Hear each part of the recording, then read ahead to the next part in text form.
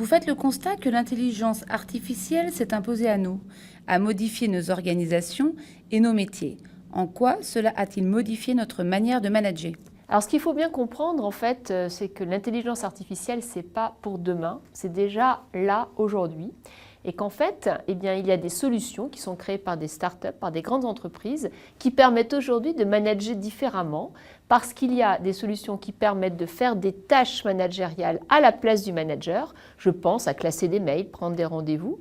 Donc ça, c'est tout ce qui permet donc de remplacer des tâches. Ensuite, il y a des tâches qui sont faites avec le manager. C'est tout ce que j'appelle assister, des systèmes d'intelligence qui assistent le manager. C'est par exemple gérer des projets, par exemple donc faire de la curation. Et puis, je pense bien sûr à la découverte de nouveaux champs, par exemple dans la créativité, des champs musicaux, des champs thématiques. Donc, je pense qu'il faut absolument avoir confiance dans cette compréhension par le manager de ce que peut faire l'IA et de ce qu'elle ne peut pas faire.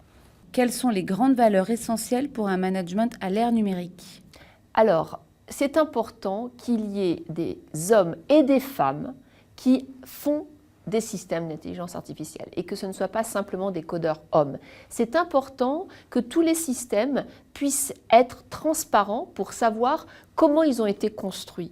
Donc le manager, il va être là pour déjà acculturer les collaborateurs à travailler avec des nouveaux systèmes qui, quelque part, vont diminuer le nombre de processus. Donc le point positif, c'est qu'on est déjà dans des organisations avec énormément de processus et que l'IA va pouvoir diminuer ce nombre. Ça, c'est positif.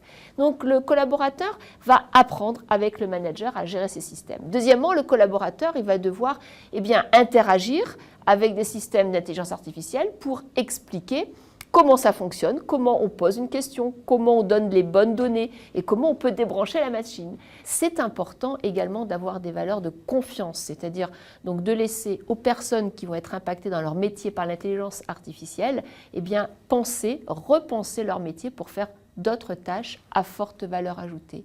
Donc à mon avis, ces valeurs sont essentielles à l'ère de l'intelligence artificielle. On parle beaucoup d'intelligence artificielle mais aussi de robotique. Allons-nous devoir manager des robots? Et comment envisager ce double management robot-homme? Les robots existent sous plusieurs formes. On a des robots qui sont simplement des logiciels et puis on a des robots humanoïdes qui vont prendre l'apparence humaine et qui vont pouvoir être au milieu d'un service ou pourquoi pas au milieu des clients. Un robot peut être là pour informer un client, il peut être là pour vous écouter, traduire ce que vous dites et en même temps vous apporter une réponse dans la langue que vous comprenez. Et un robot peut être là aussi pour faire de l'apprentissage, c'est-à-dire essayer d'apprendre avec les réponses que vous allez lui donner, apprendre vos comportements et vous répondre de façon individualisée. Donc ce qu'il faut bien comprendre, c'est que de toute façon, les robots vont entrer dans les entreprises, quelle que soit leur forme, et qu'il faudra travailler avec. Et donc ça change à la fois dans les comportements, dans le lâcher-prise, dans l'interaction et puis dans la volonté de laisser faire plus de choses aux robots ou pas. Ça ne veut pas dire, bien entendu, qu'il va falloir tout donner aux robots, mais surtout, il va falloir faire attention à quelque chose d'important qu'on appelle l'empathie artificielle, c'est-à-dire la relation, la projection que l'on a face à un robot. On va croire que le robot, quand il simule une émotion, il a une émotion, mais non, il simule une émotion. Un robot reste une machine.